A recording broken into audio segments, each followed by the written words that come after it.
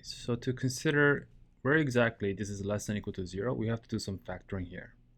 So let's factor this. This is a hidden quadratic.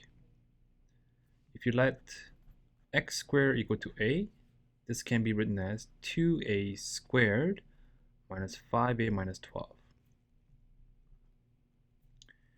Okay, so minus 8 plus 3 gives you minus 5. So this will factor into 2a, which is x squared plus 3, and x squared minus 4. So that's what that is equal to. This is already factored. And this difference of squares. This is 4x minus 3 and 4x plus 3. This is cubic. Root 3x. Okay, it's not even actually root 3. It's cubic root 3.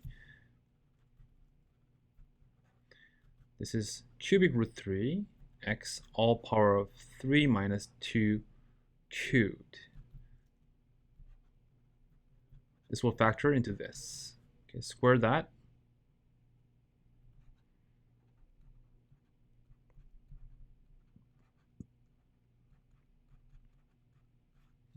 Okay. This here, though, is always positive. Okay, just keep that in mind. And you can quickly test that by doing the discriminant test. B squared minus 4ac, and you'll see that it's going to be negative.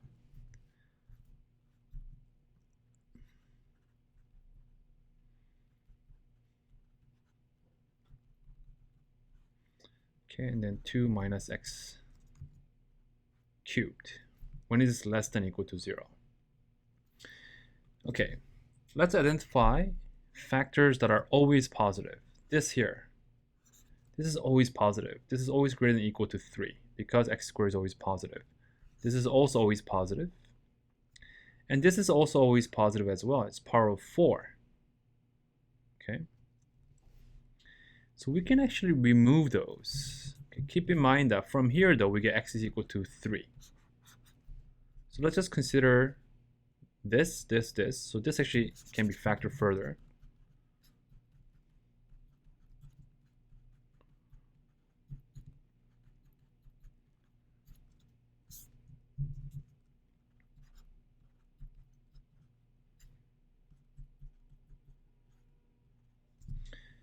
Okay, so this is actually equal to x minus 2 with a negative in front. Okay, so when is it less than or equal to 0, right? Actually reduce one of those.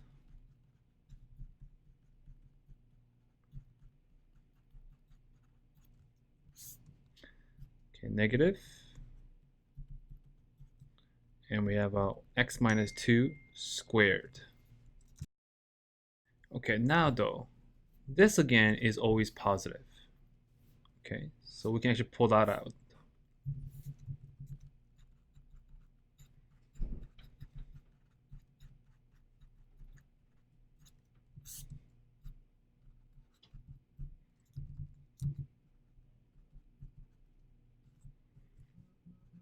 Okay, so if I just solve this question right here, when is this less than or equal to 0? Because the factors that I removed are always positive, the original entire expression is still going to be less than or equal to 0. Does that make sense? Make sure that makes sense. Okay. So this here has got 1, 2, 3, 4 factors. It's got a leading negative. So it's an upside down quartic function. Okay, so smallest root is negative 3 over, or negative 2 actually, negative 2, and then it's negative 3 over 4, and then it's 2 over cubic root of 3, and then it's 3 over 4. This is bigger. This is 1.4, so that's the last root. Okay, so 2 over cubic root of 3, and this is 3 over 4. So when is this less than or equal to 0?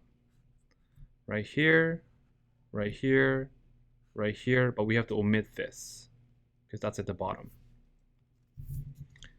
Okay, so what's the answer? in interval notation, that's minus infinity to minus 2. You can include the 2 because we have to equal to 0 as well. Include the negative 3 over 4 to positive 3 over 4. And there's one value here. We have to include the 3 as well. Okay. And union, okay, we get 2 over cubic root of 3 to infinity. But this already includes 3. Okay, so it already includes 3.